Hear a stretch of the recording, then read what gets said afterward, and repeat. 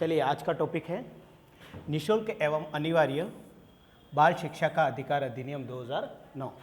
पहला प्रश्न है अपने पास, बालकों का निःशुल्क और अनिवार्य शिक्षा का अधिकार अधिनियम 2009 संशोधित 2017 के अनुसार एक अध्यापक को 31 मार्च 2015 को नियुक्त या कार्यरत है तो न्यूनतम योग्यता नहीं रखता है, ऐसी योग्यता के समय अर्जित करेगा। मतलब ऐसी योग्यता वो कब अर्जित करेगा समझना। यदि कोई शिक्षक है, नियुक्त हो चुका है और उसके पास निर्धारित योग्यता नहीं है तो आरटीई 2009 के अनुसार, यानी कि एक धारा है आरटीई की धारा 23 और धारा 23 के अनुसार उसको 5 वर्ष, कितने वर्ष में, 5 वर्ष में वो निर्धारित योग्यता धारण करनी आवश्यक है, तभी वो कार्यरत रह पाएगा।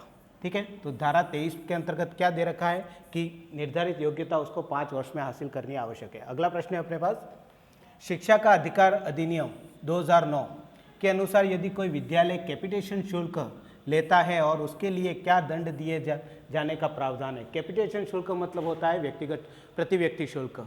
कैपिटेशन शुल्क का मतलब होता है प्रति व्यक्ति शुल्क, और ये जो प्रति व्यक्ति शुल्क है एक तरह से गैरकानूनी रूप से निजी विद्यालयों के द्वारा लिया जाता है।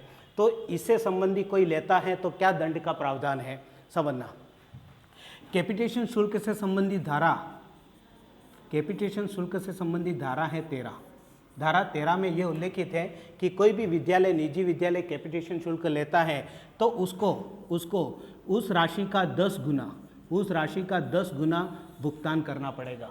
10 गुना भुगतान करना पड़ेगा। तो इसके लिए प्रति व्यक्ति शुल्क 10 गुना तक अर्थदंड दिया जाता है। तो अपना राइट कौन सा हो जाएगा, ये। इसके अलावा यदि कोई साक्षात्कार लेता है, बच्चे का साक्षात्कार या अभिभावक का साक्षात्कार लेता है तो इससे संबंधी भी दंड है।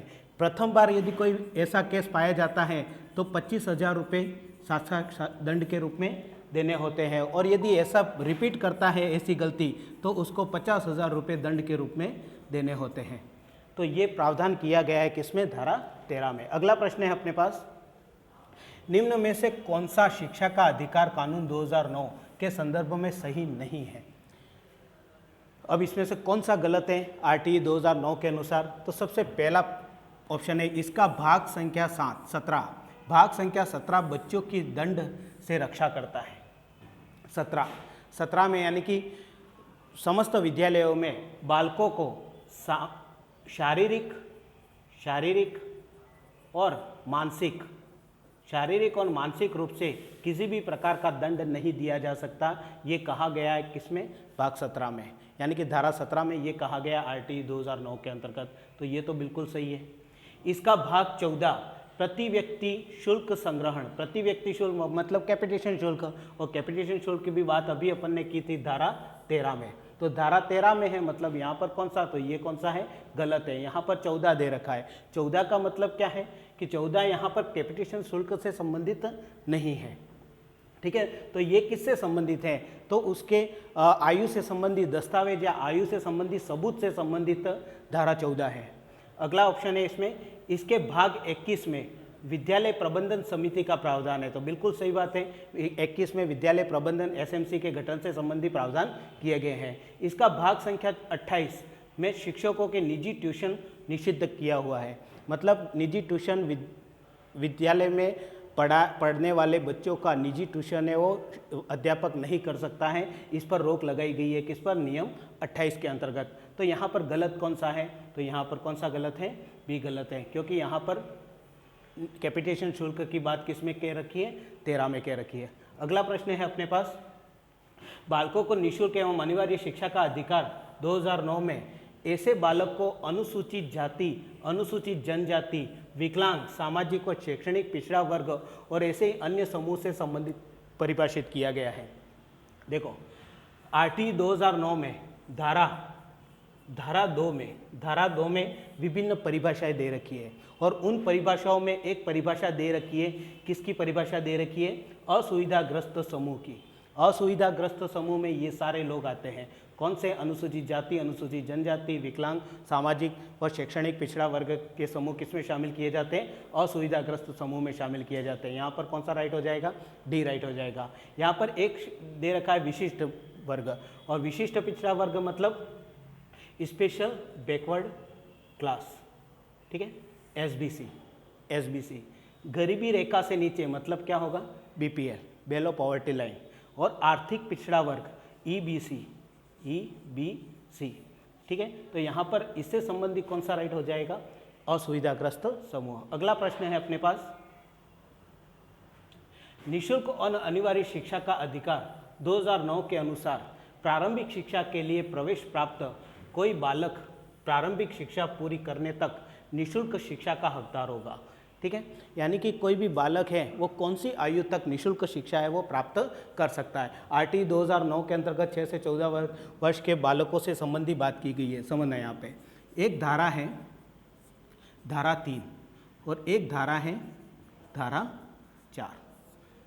धारा 3 में कह रखा है कि 6 सामान्य ऐसे सामान्य बालक जिनकी आयु 6 से 14 वर्ष है तो उन समस्त बालकों को प्रारंभिक शिक्षा प्राप्त करने का अधिकार है। दूसरी बात दे रखी है यहाँ पे कि ऐसे विशेष बालक जिनकी आयु 6 से 18 वर्ष है उन सभी बालकों को निःशुल्क शिक्षा प्राप्त करने का अधिकार है। धारा 4 में क्या दे रखा है कि आयु के अनुसार प्रवेश, आयु के अनुसार प्रारंभिक शिक्षा प्राप्त करने का अधिकार है। तो यहाँ पर सरकारी विद्यालयों में केवल 14 वर्ष तक अध्ययन कराया जाता है, नहीं ऐसी कुछ भी बात नहीं है। गैर सरकारी विद्यालयों में 14 वर्ष तक, सभी प्रकार के विद्यालयों में 14 वर्ष तक, और 14 वर्ष के आयु के पश्चात भी, मतलब यदि बालक ने प्रारंभिक शिक्षा 14 वर्ष की आयु में पूर्ण नहीं की है तो वो जब तक उसकी प्रारंभिक शिक्षा पूर्ण नहीं हो जाती है तब तक वह विद्यालय में निःशुल्क शिक्षा प्राप्त करता रहेगा। इसका मतलब यहाँ पर राइट कौन सा हो जाएगा, डी राइट हो जाएगा। अगला प्रश्न है अपने पास, शिक्षा का अधिकार अधिनियम 2009 एक अध्यापक के लिए न्यूनतम कार्य घंटे प्रति सप्ताह निर्धारित है। देखो इससे संबंधित धारा है धारा 19, इससे संबंधित धारा है 19, जिसमें अध्यापक से संबंधित उनके कार्य दिवस और उसके द्वारा लिए जाने वाले घंटों का उल्लेख है। तो यहाँ पर एक सप्ताह में कितना समय दे रखा है, प्रति सप्ताह प्रति अध्यापक को कितने घंटे लेने होते हैं, तो 45 घंटे लेने होते हैं। कितने घंटे लेने होते हैं, 45, जिसका उल्लेख किया गया है किसमें, धारा 19 में किया गया है। अगला प्रश्न है अपने पास, शिक्षा का अधिकार 2009 में एक अध्यापक को निम्न में से किस दायित्व को पूरा करना होगा। एक अध्यापक को कौन से दायित्व पूरे करने होते हैं। विद्यालय में नियमित रूप से समय पर उपस्थित होगा, बिल्कुल सही बात है, इसका उल्लेख किया गया है किसमें, तो धारा 24 में। किसमें किया गया है, धारा 24 में इसका उल्लेख किया गया है। पाठ्यक्रम का संचालन कर पूरा करना होता है, पाठ्यक्रम का संचालन करके इसको पूरा करना प्रत्येक अध्यापक का कर्तव्य होता है। संपूर्ण पाठ्यक्रम को निर्धारित समय पर पूरा करना होता है।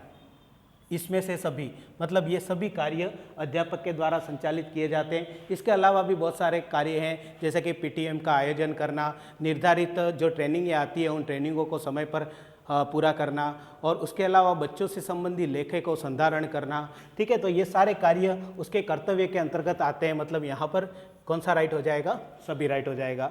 अगला प्रश्न है अपने पास, निःशुल्क एवं अनिवार्य शिक्षा का अधिकार 2009 के अंतर्गत शिक्षकों को कार्य के लिए नहीं लगाया जा सकता है। शिक्षकों को कौन से कार्य के लिए नहीं लगाया जा सकता है, इससे संबंधी उल्लेख है धारा 27 में। इससे संबंधी उल्लेख किसमें है, धारा 27 में। धारा 27 में मात्र 3 ही ऐसे कार्य हैं जहां पर शिक्षकों को लगाया जा सकता है, अन्यथा किसी भी क्षेत्र में शिक्षकों को उन कार्यों में नहीं लगाया जा सकता है। तो यहां पर कहां कहां लगाया जा सकता है, तो 10 वर्ष पश्चात होने वाली जनगणना, प्रति 10 वर्ष में होने वाली जनगणना में शिक्षकों को लगाया जा सकता है, तो लगाया जा सकता है। आपदा राहत कार्यों में शिक्षकों को लगाया जा सकता है, जैसे कोरोना काल में शिक्षकों के द्वारा महत्वपूर्ण भूमिका अदा की गई। अगला है चुनाव संबंधी कार्यों में, तो चुनाव संबंधी कार्यों में भी शिक्षकों को लगाया जाता है, ठीक है। और अगला है पल्स पोलियो कार्यक्रम। यहाँ पर पल्स पोलियो कार्यक्रम इस कार्यक्रम में नहीं लगाया जा सकता, मात्र 3 कार्यक्रमों में ही लगाया जा सकता है। तो यहाँ पर कौन सा राइट हो जाएगा, चौथा राइट हो जाएगा। अगला प्रश्न है अपने पास, शिक्षा का अधिकार अधिनियम 2009 के अनुसार विशेष आवश्यकता वाले बालकों को पढ़ाना चाहिए, कहाँ पर पढ़ना चाहिए या कैसी सुविधाएं उनको होनी चाहिए, समझना है यहाँ पे।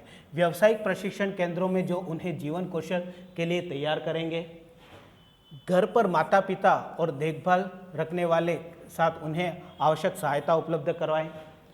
खास तौर पर उन्हीं के लिए बनाए गए विशेष विद्यालयों में समावेशी शिक्षा व्यवस्था में इस प्रावधान, यहाँ पर कौन सा राइट हो जाएगा, डी राइट हो जाएगा, क्योंकि आरटी 2009 के अंतर्गत समावेशी शिक्षा को प्रारंभ किया गया है। समावेशी शिक्षा का मतलब होता है कि सामान्य बालक जहाँ पर अध्ययन करता है उसी के साथ विशेष बालक होते हैं जो CWSN के अंतर्गत आते हैं, उनको भी उनके साथ अध्ययन करवाया जाए ताकि जो उनमें भेदभाव है वो दूर किया जा सके और उनका भी सर्वांगीण विकास किया जा सके। तो इसके लिए समावेशी विकास, तो यहाँ पर कौन सा राइट हो जाएगा, डी राइट हो जाएगा। अगला प्रश्न है अपने पास, बालकों को निःशुल्क एवं अनिवार्य शिक्षा का अधिकार अधिनियम 2009 संशोधित 2019 के तहत प्रत्येक शैक्षणिक वर्ष की समाप्ति पर किन किन कक्षाओं की नियमित परीक्षा ली जाएगी। समझना है, यहाँ पे महत्वपूर्ण प्रश्न है। इससे संबंधी बात की कर रखी है कहाँ पर, तो धारा 16 में।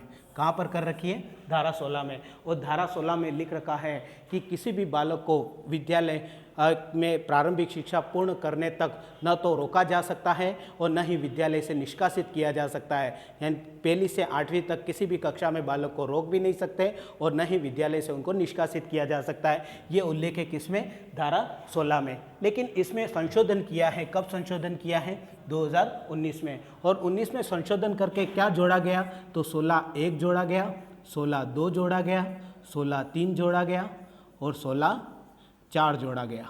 ये 4 अनुच्छेद और जोड़ दिए गए, 4 धाराएं और जोड़ दी गई। इसमें 16(1) में कह रखा है कि इसमें पाँचवीं और आठवीं की सत्र के अंत में नियमित परीक्षाओं का आयोजन किया जाएगा। जिसका उल्लेख कर रखा है कहाँ पर, 16(1) में। 16(2) में उल्लेख कर रखा है कि यदि नियमित परीक्षा का जो आयोजन किया जाता है उसमें बालक यदि फेल होता है, ठीक है, तो फेल होता है तो उसके लिए पुनः परीक्षा का आयोजन करने की बात कही गई है। कहाँ पर की गई है, 16(2) में। और पुनः परीक्षा में भी बच्चा फेल होता है, तो उसको 16(3) के अंतर्गत समुचित सरकार के द्वारा, यहाँ पर समुचित सरकार शब्द का उल्लेख किया गया है सरकार के लिए, जिसमें केंद्र सरकार भी आती है, राज्य सरकार भी आती है। तो समुचित सरकार के द्वारा जो भी निर्णय लिया जाता है उसके अनुसार उस बच्चे को उसी क्लास में रख भी सकते हैं या आगे क्रमोन्नत भी कर सकते हैं। तो इसका उल्लेख किया गया है किसमें, 16(3) में। 16(4) में कह रखा है कि किसी भी परिस्थिति में किसी भी बच्चे को निष्कासित नहीं किया जा सकता, यानी कि विद्यालय से किसी भी बच्चे को निष्कासित नहीं किया जा सकता। इसका उल्लेख है किसमें, 16(4) में। तो ये चारों बाद में जोड़े गए, कब जोड़े गए, संशोधित 2019 के अंतर्गत जोड़े गए हैं। तो यहाँ पर कौन सी कक्षा से संबंधी बात की जा रही है, तो 5वीं और 8वीं। तो यहाँ पर राइट कौन सा हो जाएगा, 5वीं और 8वीं राइट हो जाएगा। अगला प्रश्न है अपने पास, बालकों का निःशुल्क और अनिवार्य शिक्षा का अधिकार अधिनियम 2009 को लागू करना क्यों आवश्यक था। ये क्यों आवश्यक है, क्यों इसको लागू किया गया है, तो इसमें तुलनात्मक रूप से अपन को देखना है, क्योंकि भारतीय संविधान की धारा 45 बालकों की शिक्षा के उद्देश्यों को पूरा नहीं करती है। नहीं, ऐसी कोई बात नहीं है जिस ये धारा है बालकों के शिक्षा के उद्देश्यों को पूरा करता है, गलत है ये। बालकों को दिए गए मूल अधिकार के अनुसार गुणवत्तापूर्ण शिक्षा संरचना उपलब्ध कराना, बिल्कुल सही बात है, ठीक है। उनको जो अधिकार दिया गया है शिक्षा का अधिकार, उस शिक्षा के अधिकार को मूल रूप से लागू करके उनको गुणवत्तापूर्ण शिक्षा प्रदान करने के लिए ये अधिनियम लाया गया है। बालकों की शिक्षा को संविधान के मूल अधिकार बनाने के लिए नहीं, पहले से ही बना हुआ है, क्योंकि राज्य के लिए नीति निर्देशक तत्वों में निर्देश थे, उन्हें लागू नहीं किया जा सकता था। ऐसी भी कोई बात नहीं है, मतलब यहाँ पर राइट कौन सा हो जाएगा, बी राइट हो जाएगा। अगला प्रश्न है अपने पास, बालकों का निःशुल्क और अनिवार्य शिक्षा का अधिकार अधिनियम 2009 के अनुसार प्राथमिक पाठशालाओं में विद्यार्थियों की संख्या 200 से ज़्यादा होने पर प्रधानाध्यापक को छोड़कर अध्यापक और विद्यार्थियों का अनुपात इसमें से न बढ़ना, मतलब किसके बराबर, जब एक प्रारंभिक मतलब 1 से 5 में छात्रों की संख्या कितनी हो जाए, 200। छात्रों की संख्या जैसे ही 200 हो जाती है या 200 से ऊपर होती है तो शिक्षक छात्र अनुपात कितना होता है, तो 1:40 होता है, ठीक है। लेकिन इससे कम होती हैं, 200 से कम 199 या उससे कम होती हैं, तो शिक्षक छात्र अनुपात कितना होता है, 1:50 1:30 होता है, 1:30 होता है। और 6 से 8 कक्षा के लिए ये जो अनुपात होता है वो 1:35 होता है, 1:35 होता है। तो यहाँ पर प्रश्न के अनुसार 200 से ज़्यादा होने पर प्रधानाध्यापक को छोड़कर अध्यापक विद्यार्थियों का अनुपात इसमें से क्या होना चाहिए? तो क्या होना चाहिए? 1:40 होना चाहिए। अगला प्रश्न है अपने पास, राजस्थान निःशुल्क और अनिवार्य शिक्षा नियमों के प्रावधानानुसार विद्यालय विकास योजना निर्माण हेतु निम्न सूचनाओं का एकत्रीकरण आवश्यक है। इसमें से एक ऐसी सूचना जो आवश्यक है इसकी पहचान करें। क्या बनाना है अपन को? योजना बनानी है, विद्यालय विकास योजना। तो इसमें कौन कौन सी चीज़ों की आवश्यकता होगी? कौन कौन सी चीज़ों की आवश्यकता होगी? कक्षावार नामांकन के अनुसार, कक्षावार नामांकन के अनुसार अतिरिक्त शिक्षकों की आवश्यकता अनुसार संख्या, वर्षवार अतिरिक्त वित्तीय आवश्यकता और बैंक खातों के अभिलेख। यहाँ पर बैंक खातों के अभिलेखों की आवश्यकता नहीं होती है, बल्कि इन तीनों की आवश्यकता होती है। इसके अलावा भी राज्य सरकार और केंद्र सरकार के द्वारा जो योजनाएं लाई जाती है उससे भी इसमें शामिल किया जाता है। विभागीय कोई योजनाएं होती हैं उसको, कार्यक्रमों को भी इसमें शामिल किया जाता है। ठीक है, तो इसके लिए कौन सा गलत हो जाएगा? ये। अगला प्रश्न है अपने पास, बालकों को निःशुल्क एवं अनिवार्य शिक्षा का अधिकार अधिनियम 2009 के तहत 6ठी कक्षा से 8वीं कक्षा के लिए एक शैक्षणिक वर्ष में न्यूनतम शिक्षण घंटे क्या है? ठीक है, एक शैक्षणिक वर्ष में न्यूनतम शिक्षक घंटे क्या है समझना। 1 से 5 के लिए, कक्षा 1 से 5 के लिए, 1 से 5 के लिए 200 क्या होते हैं? कार्य दिवस होते हैं। 200 क्या होते हैं? कार्य दिवस होते हैं। तो 200 कार्य दिवस होते हैं और इनके लिए 800 घंटे अध्यापन कार्य जरूरी है। कितने घंटे जरूरी है? अध्यापन कार्य जरूरी है 800 घंटे। और 6 से 8 के लिए, 6 से 8 के लिए कितने? तो 220 कार्य दिवस होते हैं और इनके लिए 1000 घंटों की आवश्यकता होती है। कितने घंटों की आवश्यकता होती है? 1000 घंटों की आवश्यकता होती है। तो यहाँ पर क्या पूछा गया है? 6ठी से 8वीं में के लिए एक शैक्षणिक वर्ष के न्यूनतम शिक्षण घंटे कितने होने चाहिए? तो 1000। तो यहाँ पर कौन सा राइट हो जाएगा? 1000 राइट हो जाएगा। ठीक है, तो इसी के साथ ये कुछ प्रश्न जो महत्वपूर्ण थे आपके सामने प्रस्तुत हुए। अगले टॉपिक के साथ जल्द ही आपके सामने उपस्थित होंगे। आशा करते हैं कि हमारे द्वारा जो प्रयास किए जा रहे हैं आपको एग्ज़ाम की पूर्व तैयारी के लिए बहुत ही लाभदायक होंगे। धन्यवाद।